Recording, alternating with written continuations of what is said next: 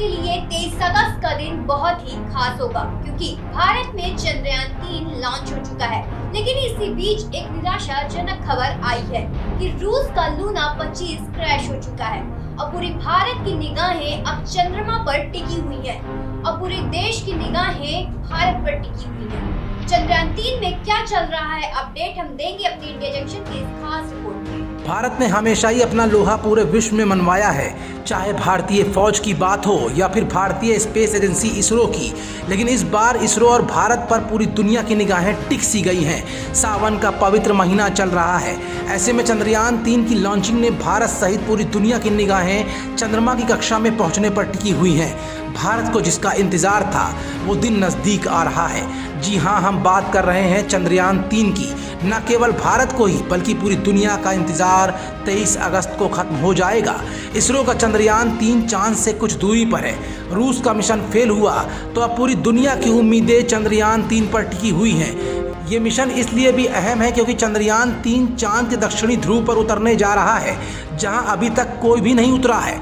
इन सब से पर्दा 23 अगस्त को शाम 6 बजे उठ जाएगा। वहीं रूस का लूना 25 स्पेसक्राफ्ट चांद की सतह पर क्रैश हो गया। रूसी स्पेस एजेंसी का लूना 25 स्पेसक्राफ्ट क्रैश हो गया। भारत के चंद्रयान 3 के साथ ये चांद के दक्षिणी ध्रुव पर पहले पहुंचने में रेस लगा रहा था। दोनों देशों में से जो पहले चांद के दक्षिणी ध्रुव पर पहुंचता वो इस मुश्किल इलाके में पहुंचने वाला पहला देश बन जाता। क्योंकि अब रूस इस रेस से बाहर हो चुका है तो इसका सबसे बड़ा फायदा भारत को ही मिलने वाला है।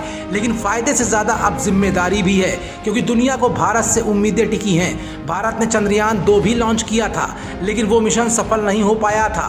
चंद्रयान 3 की कामयाबी भारत को एक प्रमुख स्पेस पावर के रूप में स्थापित भी कर देगी। लेकिन चंद्रयान 2 का फेल होना कहीं ना कहीं इसके पीछे एलियन का हाथ साबित होता दिख रहा है। ये तो अपने आप में एक बहुत बड़ा सवाल भी बनता जा रहा है। क्या चांद पर पहले से कोई रहता है जो चाहता है कि भारत को सफलता ना मिले? क्योंकि भारत, अमेरिका और रूस के बाद चीन चांद पर जाने वाला तीसरा देश है। चीन का अंतरिक्ष यान 2019 में पहली बार चांद पर उतरा था। चंद्रयान 3 की कामयाबी के साथ भारत चांद पर पहुंचने वाला चौथा देश बन जाएगा। चंद्रयान 3 की सबसे बड़ी कामयाबी इसका कम बजट है, जिससे दुनिया की अन्य स्पेस एजेंसियों को हैरानगी हो रही है। रिपोर्ट्स के मुताबिक चंद्रयान 3 मिशन में 615 करोड़ रुपए का खर्च आया है।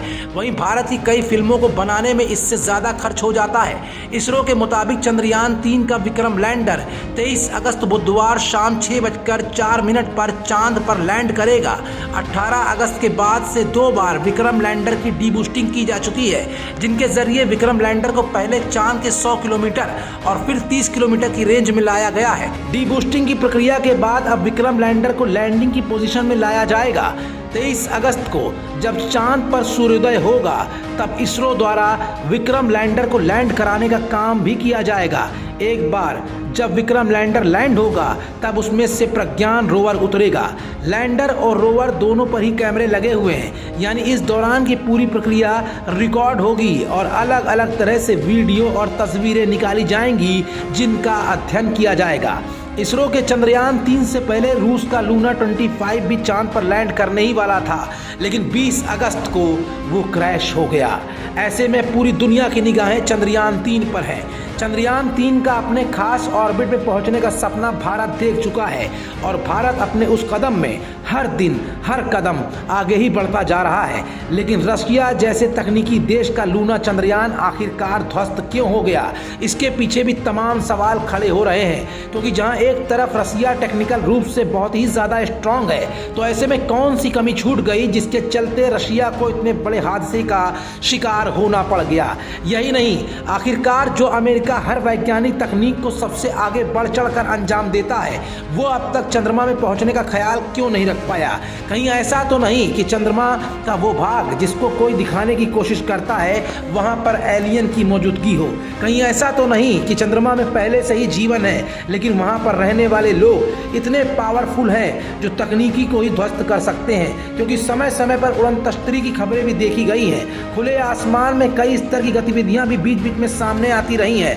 फिलहाल रशिया के लूना के फेल हो जाने के बाद कहीं ना कहीं भारत को भी चिंता की लकीरें हैं, लेकिन पौराणिक मान्यताओं के मुताबिक हमारे भारत के ऋषि मुनि और उनकी दिव्य आत्मा भी इसी ब्रह्मांड में हमारी रक्षा के लिए पूरी तरह से तत्पर है। शायद यही वजह है कि सावन के पवित्र महीने में चंद्रयान 3 को लॉन्च किया गया और 23 तारीख को चंद्रयान 3 निश्चित तौर पर भारत का परचम पूरे विश्व में लहरा देगा, यही हम आशा भी करते हैं। खबरों से जुड़े रहने के लिए सब्सक्राइब करें हमारा चैनल इंडिया जंक्शन।